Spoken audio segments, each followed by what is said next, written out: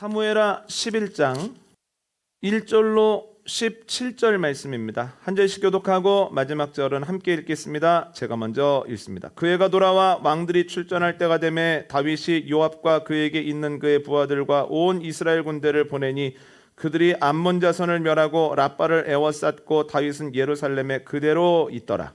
저녁 때에 다윗이 그의 침상에서 일어나 왕궁 옥상에서 거닐다가 그곳에서 보니 한 여인이 목욕을 하는데 심히 아름다워 보이는지라. 다윗이 사람을 보내 그 여인을 알아보게 하였더니 그가 아뢰되 그는 엘리암의 딸이요 햇사람 우리아의 아내 밧세바가 아니니까 하니. 다윗이 전령을 보내어 그 여자를 자기에게로 데려오게 하고 그 여자가 그 부정함을 깨끗하게 하였으므로 더불어 동침함에 그 여자가 자기 집으로 돌아가니라. 그 여인이 임신함에 사람을 보내 다윗에게 말하여 이르되 내가 임신하였나이다 하니라. 다윗이 요압에게 기별하여 햇사람 우리아를 내게 보내라 하매 요압이 우리아를 다윗에게로 보내니 우리아가 다윗에게 이르매 다윗이 요압의 안부와 군사의 안부와 싸움이 어떠했는지를 묻고 그가 또 우리아에게 이르되 내 집으로 내려가서 발을 씻으라 하니 우리아가 왕궁에서 나가매 왕의 음식물이 뒤따라 가니라. 그러나 우리아는 집으로 내려가지 아니하고 왕궁문에서 그의 주의 모든 부하들과 더불어 잔지라. 어떤 사람이 다윗에게 아뢰되 우리아가 그의 집으로 내려가지 아니하였나이다. 다윗이 우리아에게 이르되 내가 길 갔다가 돌아온 것이 아니냐 어찌하여 내 집으로 내려가지 아니하였느냐 하니 우리아가 다윗에게 아뢰되 언약궤와 이스라엘과 유다가 야영 중에 있고 내 주 요압과 내 왕의 부하들이 바깥 들에 진치고 있거늘 내가 어찌 내 집으로 가서 먹고 마시고 내 처와 같이 자리이까. 내가 이 일을 행하지 아니하기로 왕의 살아계심과 왕의 혼의 살아계심을 두고 맹세하나이다 하니라. 다윗이 우리아에게 이르되 오늘도 여기 있으라. 내일은 내가 너를 보내리라. 우리아가 그날에 예루살렘에 머무니라. 다윗이 그를 불러서 그로 그 앞에서 먹고 마시고 취하게 하니 저녁 때에 그가 나가서 그의 주의 부하들과 더불어 침상에 눕고 그의 집으로 내려가지 아니하니라.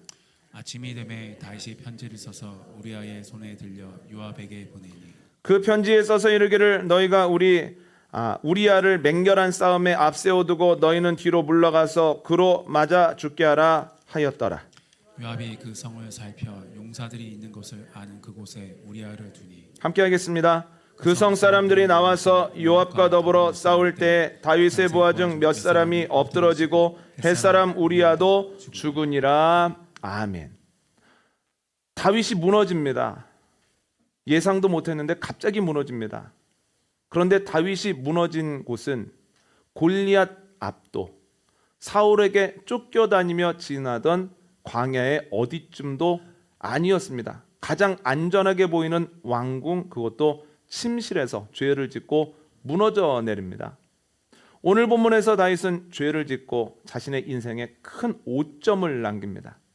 그런데 그것은 후에 자신의 가문과 더 나아가 이스라엘에게 매우 안 좋은 영향을 미쳤다라고 하는 거예요. 여러분, 저희가 다윗의 행동, 다윗의 아픈 것으로부터 비교적 자유롭기 위해서 뭘 해야 될까? 그래서 오늘 본문을 통해서는 죄의 역학과 또한 죄에 대해서 어떻게 대비하는 것이 옳으냐를 세 가지씩 알아보도록 하겠습니다. 첫 번째는 죄의 역학입니다. 첫 번째, 죄는 나태함으로 시작됩니다. 해가 바뀌면 이제 나라들이 본격적으로 전쟁을 하는데 이스라엘은 이번에 암몬과 싸우게 되었습니다. 감사하게도 이스라엘이 암몬을 압도합니다. 압도하는 정도가 아니라 그들을 계속 밀어붙여서 암몬의 랍바성을 포위하기까지 합니다. 그런데 이상한 것이 있습니다. 군대를 이끌어야 하는 다윗은 전쟁에 나가지 않고 왕궁에 머물러 있습니다. 긴히 처리해야 되는 중요한 일이 있나 보다, 이후에 합류할 건가 보다 생각하실 수도 있겠지만 오늘 본문을 보면 다윗은 낮에 할 일이 없어서 낮잠을 잤다라고 하는 거예요. 여러분, 학자들에 의하면 다윗이 있는 곳으로부터 랍바성까지는 60-70km 정도 됩니다. 성인들이 부지런히 걸어가면 이틀이면 갈 거리입니다. 멀지 않죠. 그러므로 이것을 통해서 알 수 있는 것은 다윗이 신체적으로는 전장과 멀지 않았으나 심리적으로는 전쟁과 아주 멀리 있었다라고 하는 거죠. 그럼 다윗이 왜 이럴까? 승승장구하는 시간이 길어지는 가운데 나태해졌기 때문이에요. 여러분, 저는 다윗이 전쟁에 한 번 안 나가고 또한 부하들이 전쟁할 때 낮잠을 자는 이 하나의 사건을 통해서 다윗이 나태하다라고 말하는 것 아닙니다. 여러분, 다윗이 스스로 왕이 되었습니까? 하나님이 왕위에 올리셨습니까? 하나님이 왕위에 올리셨죠. 그러면 다윗이 왕으로서 하는 모든 일들은 다윗의 일입니까? 아니면 하나님의 일입니까? 하나님의 일이죠. 하나님의 일은 제가 주중에 새벽기도 때도 말씀드렸듯이 기분을 넘어서기 위해 의지적으로 노력해야 되는 것이라는 거예요. 기분에 따라서 찬양하고도 싶고 찬양을 안 하기도 하고, 기분이 좋으면 말씀을 읽고 또 말씀을 안 읽기도 하고, 기분에 따라서 이렇게 저렇게 신앙생활 하는 것이 아니라 의지를 가지고 기분을 넘어 마땅히 해야 되는 것들을 할 때 좋은 학생, 좋은 부모, 좋은 신앙인이 된다라고 말씀을 드렸습니다.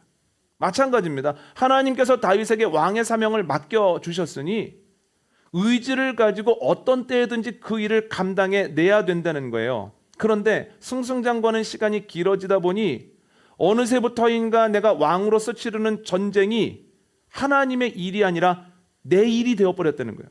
내 일이기 때문에 내 상황에 따라, 내 기분에 따라 해도 되고 안 해도 되는 일, 언제는 열심히 하고 어떤 때는 그렇지 않아도 되는 일이 되어버렸다라고 하는 거죠.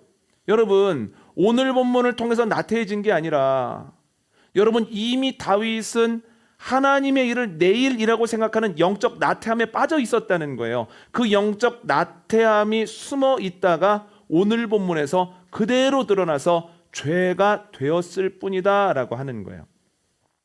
어제 사역을 마치고 집에 들어가서 가족들과 예배를 드리는데 어제 예배를 담당하는 첫째 아이가 매일 성경에서 저희가 어제 나눴던 유다서 말씀을 읽은 다음에 이제 가족들에게 물어보는 거예요. 질문을 하는데 질문 중에 하나가 이거였습니다. 여러분은 오늘 하나님의 가치에 따라 살았습니까? 아니면 사람들의 가치에 따라 살았습니까? 아주 평범한 질문이죠. 쉽게 대답할 수 있는데 어제는 그 질문이 굉장히 무겁게 와서 닿는 거예요.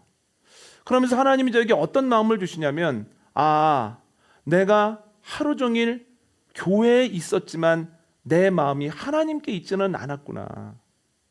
내가 교회에서 일을 열심히 하기는 했지만 그러나 내가 하나님을 위해서 일하지는 않았구나. 하나님을 위해서 한 것이 아니라 나를 위해서 한 모양이다.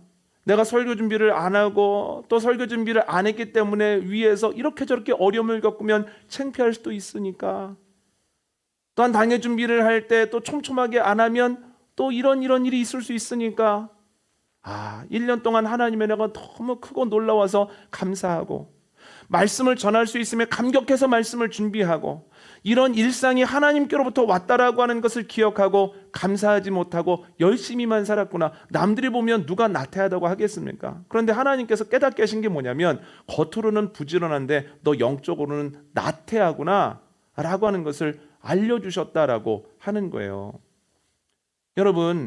여러분은 나태해지지 않으셨습니까? 이건 단순히 부지런히 사느냐 그렇지 않느냐의 문제가 아니고요.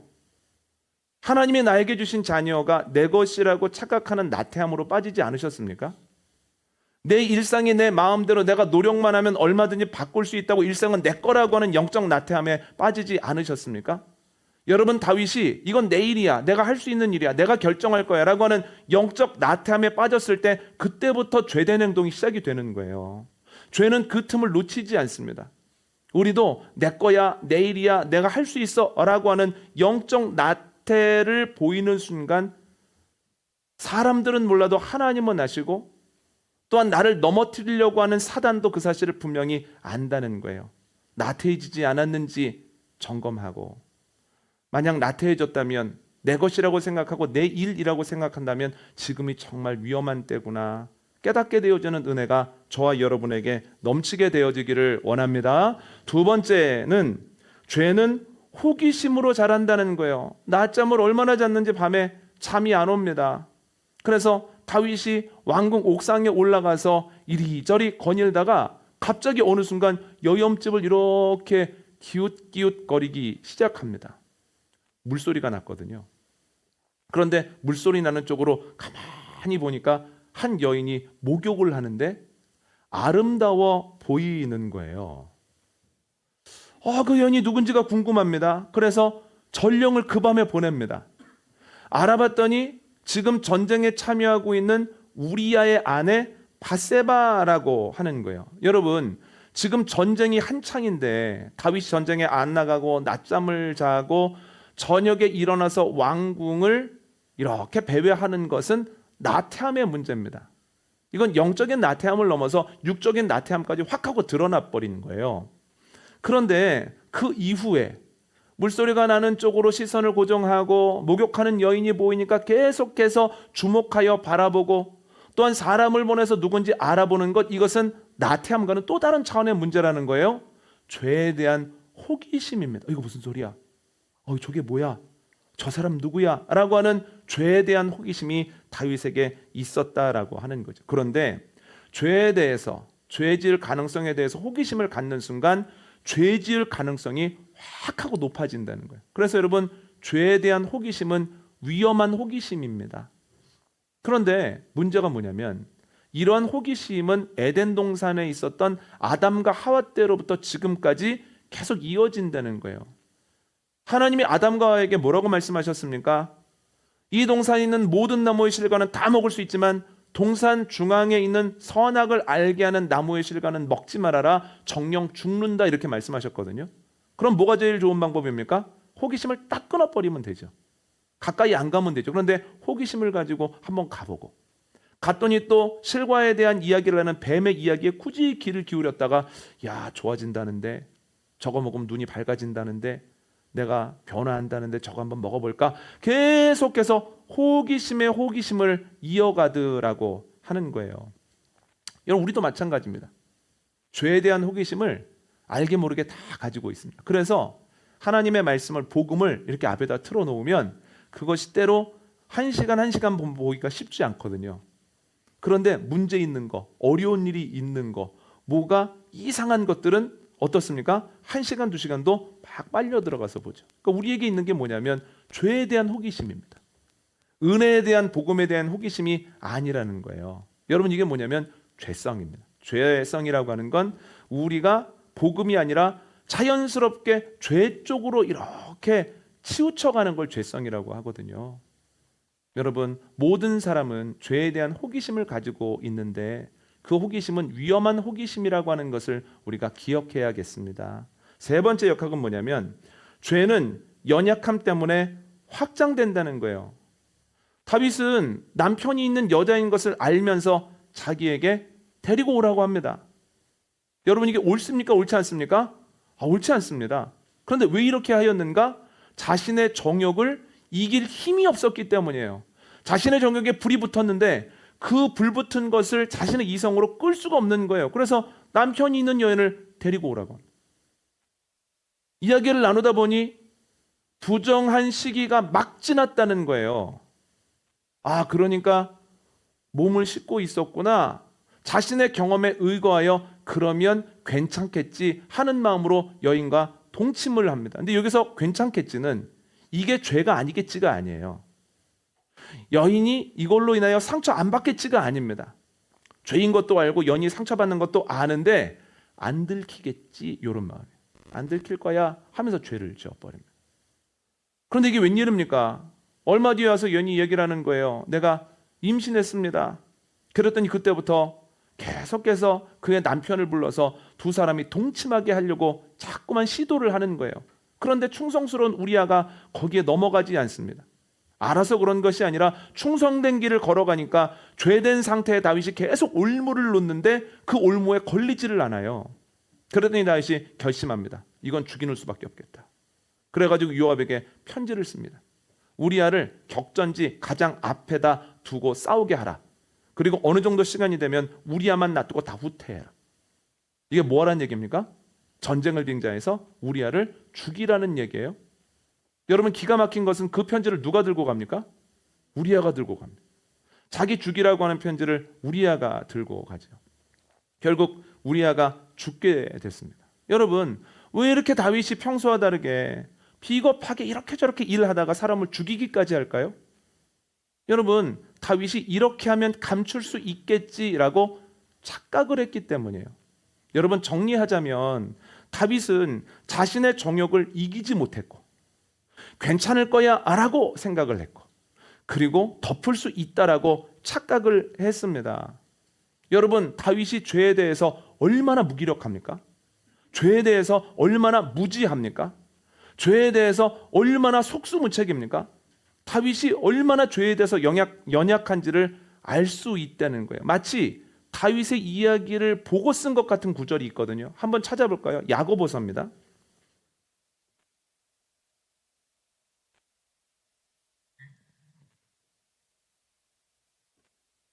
야고보서 1장 15절 말씀 함께 읽습니다. 시작. 욕심이 잉태한즉 죄를 낳고 죄가 장성한즉 사망을 낳느니라. 아멘. 뭐라고 얘기합니까? 욕심이 잉태해서 죄가 되고 죄가 자라나니까 사망이 되더라는 거예요.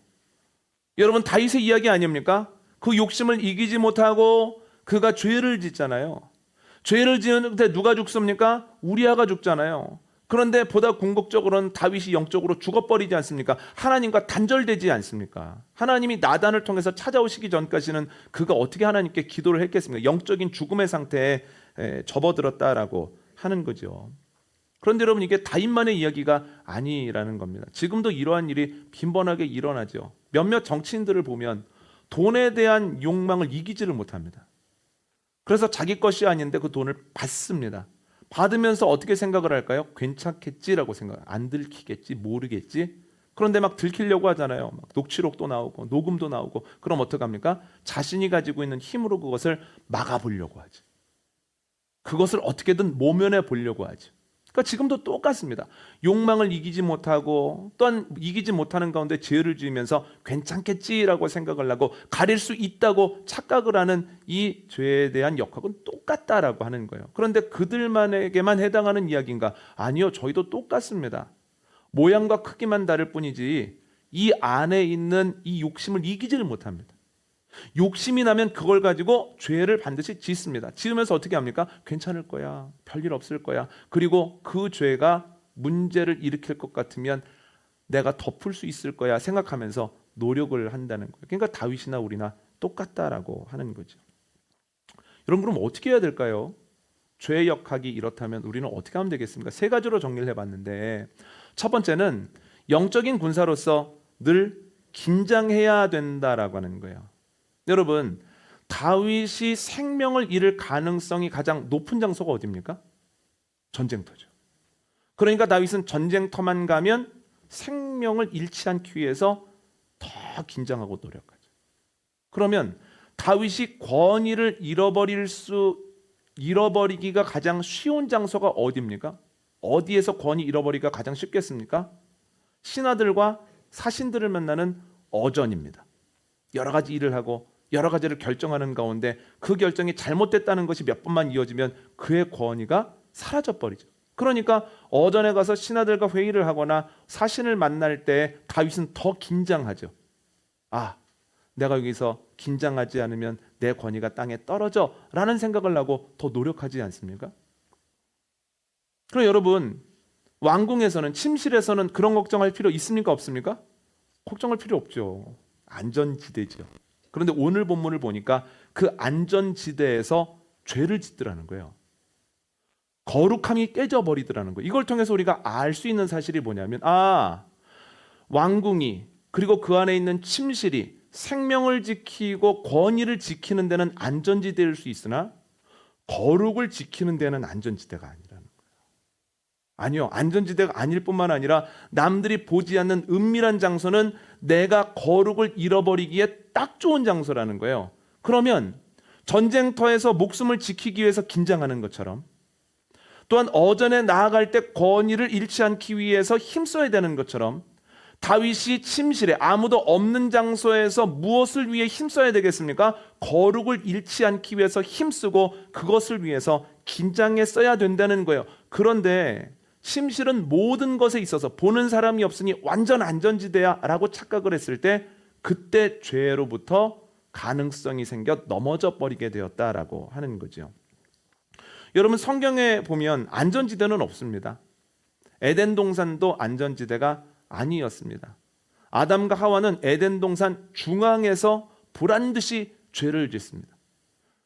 이스라엘 사람들도 시내산 밑에서 죄를 짓죠. 황금 송아지로 숭배하죠. 그러면 시내산 밑이 어떤 장소입니까? 하나님께서 이스라엘 사람들과 언약을 맺고 그들에게 성막의 설계도를 주시는 거룩한 장소 밑에서 우상 숭배를 했다는 거예요.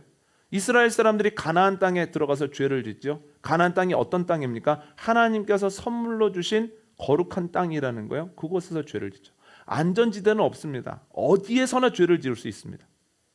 그런데 이와 더불어서 하나 또 우리가 생각해야 되는 것은 안전한 장소도 없지만 안전한 사람도 없다는 거예요. 저 사람은 죄를 안 지을 거야. 저 사람은 괜찮을 거야. 아이, 나는 이기지. 하지만 사람도 가리지 않는다는 거예요. 여러분, 다윗이 넘어진 것이 얼마나 놀라운 사건입니까? 여러분, 다윗이 누굽니까? 다윗은 사울에게 10년을 쫓겨다니면서도 입에서 찬양을 끊지 않고 계속해서 올렸던 사람이에요. 사울이 무방비 상태에 있음에도 불구하고 그를 죽이지 않고 그는 하나님이 기름 부으신 사람이다라고 하는 것을 이를 악물고 붙잡았던 사람이에요. 여호와의 법궤가 자기의 성전, 자기의 궁으로 들어올 때 얼마나 기쁜지 몸이 다 비치는 배 에봇을 입고 춤췄던 사람이에요. 그리고 조금 넉넉해지자 자신의 왕궁이 아니라 하나님의 성전을 근사하게 지어드리고 싶다라고 고백했던 사람이에요. 너무너무 놀라운 사람입니다. 저는 놀랍다라는 표현을 쓸 때 언제 쓰냐면 내가 그 상황에 가면 못할 것 같아 라고 할 때 놀랍다고 표현을 하거든요. 저는 누군가에게 문제로 10년 이상을 쫓겨다니는데 입술에서 찬양이 그치지 않을 자신이 없거든요. 나를 죽이려고 하는 사람이 무방비 상태로 있는데 옆에 있는 사람들도 하나님이 주신 기회라고 이야기를 하는데 내가 그를 어렵게 만들지 않을 재간이 없거든요. 여러분, 여유가 생기면 가족들과 함께, 교우들과 함께 편안한 시간을 갖고 싶고 무엇인가 생기면 내 소유를 더 늘리고 싶을 것 같거든요. 저는 4개 중에 하나도 자신이 없는데 다윗은 그것들을 아무렇지도 않게 해온 사람이에요. 그런데 다윗이 넘어지더라는 거예요. 아담과 하와는 어떻습니까? 아담과 하와는 죄가 없는 순수한 사람, 너무 천진난만한 사람인데도 죄를 지어 넘어지더라는 거예요. 시내산 아래에 있는 이스라엘 사람들을 무시하지 마십시오. 그들은 너무나 놀라운 일들을 여기까지 보고 왔습니다. 여러분, 그들은 애굽에서 행하시는 하나님의 놀라운 역사 10가지 이상을 보고 온 사람들이에요. 홍해가 갈라지고 그 홍해에 애굽 사람들이 수장되는 것도 본 사람들이에요. 그런데도 그들이 죄를 짓더라는 거예요. 죄는 사람도 장소도 가리지 않죠. 그럼 우리가 해야 되는 건 무엇입니까? 긴장해야 된다는 거예요. 아, 여기도 안전지대가 아니다. 나도 예외가 아니다. 나도 긴장해야겠다. 나도 조심해야 되겠다. 사람들이 보지 않을 때 여기는 거룩이 깨지기가 딱 좋은 장소다. 힘써야 되겠다. 여러분, 거룩을 위해 힘쓰는 저와 여러분 되어주시기를 원합니다. 안전지대가 없고 안전한 사람 없다. 나도 예외가 아니라고 하는 것을 기억하고 힘쓰는 저와 여러분 되어주시기를 원합니다. 이와 관련된 구절 하나 볼까요? 에베소서 6장입니다.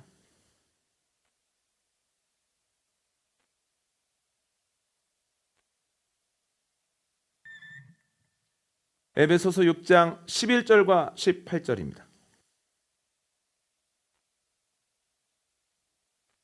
에베소서 6장 11절과 18절 말씀, 먼저 11절 읽습니다. 시작. 마귀의 관계를 능히 대적하기 위하여 하나님의 전신갑주를 입으라. 아멘. 18절입니다. 모든 기도와 간구를 하되 항상 성령 안에서 기도하고 이를 위하여 깨어 구하기를 항상 힘쓰며 여러 성도를 위하여 구하라. 아멘. 18절 한 구절에 항상이라는 단어가 2번이나 나옵니다. 틈을 보이지 말고 긴장하는 가운데 항상 거룩함을 지키라는 겁니다. 여러분, 항상 주님 앞에 서 있는 여호와의 군사로 살아가기 위해 힘쓰는 저와 여러분 되어지시기를 원합니다. 두 번째는 호기심의 싹을 제거해야 된다라고 하는 거예요. 여러분, 잡초가 커졌을 때 뽑는 게 쉽습니까? 아니면 작을 때, 아니면 싹일 때 뽑는 게 쉽습니까? 그렇죠. 작을 때, 싹일 때 뽑는 게 쉽습니다. 뿌리가 깊어지기 전에. 여러분, 죄에 대한 것도 마찬가지입니다. 죄에 대한 호기심이 계속 이어진 이후에 행동으로 옮기려고 할 때 멈추는 것, 그 생각을 뽑아내는 건 결코 만만치 않습니다. 그래서 죄에 대한 호기심이 생길 때 뽑아내기에, 멈추기에 가장 좋은 시점은 죄에 대한 호기심이 생기자마자 뽑아버리는 거예요. 그런데 이게 잡초처럼 딱 뽑아지는 게 아닙니다. 이건 교체해 준다고 하는 것이 훨씬 올바른 표현인 것 같습니다. 죄에 대한 호기심이 생겼을 때 죄에 대한 호기심을 놓고 하나님의 말씀을 붙잡고 하나님의 사랑을 붙잡고 사랑하는 가족들을 붙잡는 거예요. 빨리 나쁜 호기심을 놓고 좋은 것들을 붙잡는 거죠. 여러분, 나쁜 호기심이 생기는 것, 죄에 대한 생각이 생기는 것은 우리가 어떻게 해볼 도리가 없습니다. 그냥 지나가는 거죠. 계속해서 우리의 마음에 찾아오죠. 그러나 분명한 것은 그것을 계속 붙잡고 있을 거냐 아니면 빨리 놓고 다른 것을 붙잡을 거냐는 우리가 선택할 수 있다는 거예요. 상황이 이래서 어쩔 수 없습니다. 아니요. 어쩔 수 없는 것이 아니라 본인이 그걸 붙잡기로 결단한 거예요. 그래서 종교개혁자 마틴 루터는 이렇게 이야기를 했습니다. 새가 내 머리 위를 날아가는 것은 막을 수 없으나 내 머리 위에 둥지를 틀지 못하게는 할 수 있다. 이게 무슨 뜻입니까? 나쁜 생각이 날아가는 건 어쩔 수 없으나, 찾아오는 건 어쩔 수 없으나 그것이 내 마음에 자리 잡지 못하게는 해야 된다는 거예요. 여러분, 나쁜 호기심이 들 때, 죄된 생각이 들 때, 작을 때 빨리 그것들을 뽑고 하나님의 말씀을 붙잡고 나를 사랑하는 가족을 붙잡고 나를 지지해주는 교인들을 붙잡는 은혜가 저와 여러분에게 넘치게 되어지기를 원합니다. 그런데 여러분, 기억해야 되는 건 여기에 골든타임이 있습니다. 다윗에게 있어서 골든타임은 언제였냐면 전령을 보내서 누군지를 알아봤을 때 결혼한 여자입니다. 그리고 그의 남편은 충성스러운 우리야입니다 라는 걸 딱 들었을 때 정신이 번쩍 났어야 돼요. 야, 내가 지금 뭐하고 있는 거야? 내가 지금이라도 전쟁 나가야 되겠다. 첫 번째. 두 번째, 전쟁에 나가지 못하더라도 이 밤에 내가 군사들을 위해 기도해야 되겠다. 그것도 못하겠다면 그 얘기를 딱 듣고 정신을 바짝 차려서 내가 그만해야 돼 하고 끊어냈어야 된다는 거예요. 거기까지가 골든타임이었어요. 그런데 다윗이 골든타임을 놓쳐버립니다. 자기가 그렇게 선택을 한 거죠. 그랬더니 골든타임을 놓치자마자 죄에 죄가 이어지고 죄가 걷잡을 수 없이 깊어지고 넓어지더라는 거예요. 그래서 하나님께서 이렇게 말씀하십니다. 마음 관리 잘해라. 마음 관리 잘해야 된다. 마음 관리 잘한다는 건 뭡니까? 잡초가 마음에 딱 뽑아 나왔을 때 탁 뽑아낸다는 거죠. 바로 관리해야 된다는 거죠. 이에 대한 말씀 한번 볼까요? 잠언 4장 23절입니다.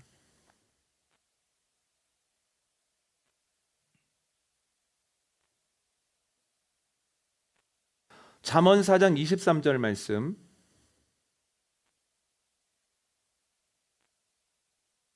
함께 있습니다. 시작. 모든 지킬 만한 것 중에 더욱 내 마음을 지키라. 생명의 근원이 이에서 남이니라. 아멘. 뭐라고 말씀하십니까? 마음을 지키라는 거예요. 마음에 잡초가 생기지 아니하도록 잡초의 싹이 올라오면 또한 나쁜 것이 올라오면 바로 뽑아서 마음을 깨끗하게 지켜내라는 거예요. 여러분, 이 말씀이 우리에게 주어지는 복된 말씀임을 믿고 나쁜 생각은 빨리 놓고 좋은 말씀으로 복음으로 붙잡는 저와 여러분 되어주시기를 원합니다. 마지막 세 번째는 주님의 은혜를 구해야 된다는 거예요. 여러분, 보기에도 나태해지면 안 되지만 영적으로도 나태해지면 안 됩니다. 자녀가 내 거라고 생각하고 교회 내 것이라고 생각하고 경험 내 것이라고 생각하고 여러 가지 일들을 자기 위주로 생각해서는 안 됩니다. 드러나느냐 드러나지 않느냐의 문제지 다윗처럼 영적 나태함은 언젠가는 드러나서 문제를 일으키거든요. 그런데 안 되는 걸 어떡합니까? 자녀를 볼 때마다 내 것이라고 생각이 드는데 어떡합니까? 잘 안 되죠. 나쁜 호기심이 들면, 죄에 대한 호기심이 들면 멈춰야 되는 건 압니다. 또한 TV를 보다가 뭔가 이렇게 사람을 자극하고 사람을 어둡게 만드는 것들이 나온다? 괴담회 이런 게 나온다? 그러면 채널을 돌려야 되는 걸 아는데요. 미담에 대한 것들은 별로 재미가 없는데 괴담에 대한 것들은 계속 이렇게 푹 빠져들게 하잖아요. 금방 그것을 빼내야 되는데 잘 안 된다는 거죠. 문제는 알지만 안 되는 겁니다. 뭐냐면 아는 것과 하는 것은 완전히 다른 문제거든요. 그러면 어떻게 하느냐는 거예요. 어떻게 하면 좋을까? 여러분, 모르고 지은 죄가 더 크게 처벌을 받을까요? 알고 지은 죄가 더 크게 처벌을 받을까요? 대부분의 경우는 같이 처벌을 받겠습니다만 모르고 지었으면 정상 참작이라도 됩니다. 알고 지으면 정상 참작이 됩니까? 안 됩니까? 안 되지 않을까요? 상식적으로? 그렇다면 알면서도 못한 것은 하나님 앞에 가서 더 큰 책임을 져야 되지 않겠습니까? 그런데 다윗이 죄를 짓고 나서 하나님께 하는 행동을 보면 이렇게 하는 거구나라는 걸 알 수 있습니다. 시편 51편 말씀입니다. 시편 51편 10절 말씀 함께 읽습니다. 시작. 하나님이여 내 속에 정한 마음을 창조하시고 내 안에 정직한 영을 새롭게 하소서. 아멘. 다윗이 뭐라고 얘기합니까? 내 안에 정한 마음을 좀 창조해 주십시오. 제 영을 정직하게 또다시 새롭게 해 주십시오. 왜 자신의 마음에 정한 마음을 창조해 달라고 합니까? 자기 마음엔 정한 것이 요만큼도 없으니까 창조해 달라는 거예요. 왜 자신을 정직하게 해달라고 합니까? 힘써도 정직함을 지킬 수도 만들 수도 없기 때문에 하나님께 정직한 영을 새롭게 해달라고 하는 거거든요. 다윗은 고백하는 겁니다. 하나님, 아는데 잘 안 됩니다. 그러니 하나님께서 주님 마음 부어주시고 주님 손으로 붙잡아 주십시오. 주님이 아니면 죄를 도저히 못 이기겠습니다. 하나님께 나아가 내 약함을 고백하고 하나님의 도움을 청하고 있다는 거예요. 여러분, 저는 이것이 우리가 보여야 되는 모습인 줄 믿습니다. 우리가 죄와 싸워 이겨야지, 또한 죄에 넘어지지 않아야지, 아무리 힘써도 앞에서 나는 것처럼 우리는 죄에 너무 연약합니다. 그래서 우리 힘으로는 이길 수 없습니다. 그럼 우리가 무엇을 해야 되는가? 그렇기 때문에 죄에 넘어지는 것이 아니라 하나님께 나아가 내 약함을 고백하고, 하나님, 주님의 마음을 저에게 부어주십시오. 정한 마음을 허락해 주십시오. 제가 나태해서 내 가지고 있는 것들이나 자녀들을 내 소유라고 생각하는 가운데 죄된 결정을 자꾸만 하니 하나님의 자녀고 하나님의 주신 선물임을 기억하게 해주십시오. 하나님께 나가 끊임없이 기도하고 그 기도한 대로 몸부림을 칠 때 하나님께서 반드시 그 기도에 응답해 주신다는 거예요. 여러분, 우리가 아는 것을 했다면 하나님께서 그의 독생자를 내려주시지 않았을 거예요. 성탄절이 없을 겁니다. 왜 그렇습니까? 율법만 가지고도 충분하거든요. 율법만 가지고 충분하면 지금도 율법 시대겠지요. 의지의 문제니까 단순히. 그러나 우리의 의지만 가지고는 안 되기 때문에 하나님께서 율법을 넘어서 율법의 완성이신 예수 그리스도를 보내셨고, 예수 그리스도가 우리를 위해 십자가를 지심으로 보혈로 우리를 깨끗게 하시고 그 보혈 안에 있는 사람들이 정죄함 받지 않고 이기게 하셨다라고 하는 거예요. 그래서 여러분, 우리의 약함을 아시는 하나님의 사랑 덕분에 우리에게는 성탄절이 주어지고 예수 그리스도의 십자가가 있다는 겁니다. 여러분, 주님이 우리를 위해 오셨고 또한 주님이 우리를 위해 십자가를 지셨습니다. 주님의 보혈이 우리와 함께하고 있습니다. 그렇다면 주님께 나아가 기도하고 기도하는 가운데 보혈로 죄를 이기며 나아가는 은혜가 저와 여러분에게 넉넉하게 있기를 원합니다.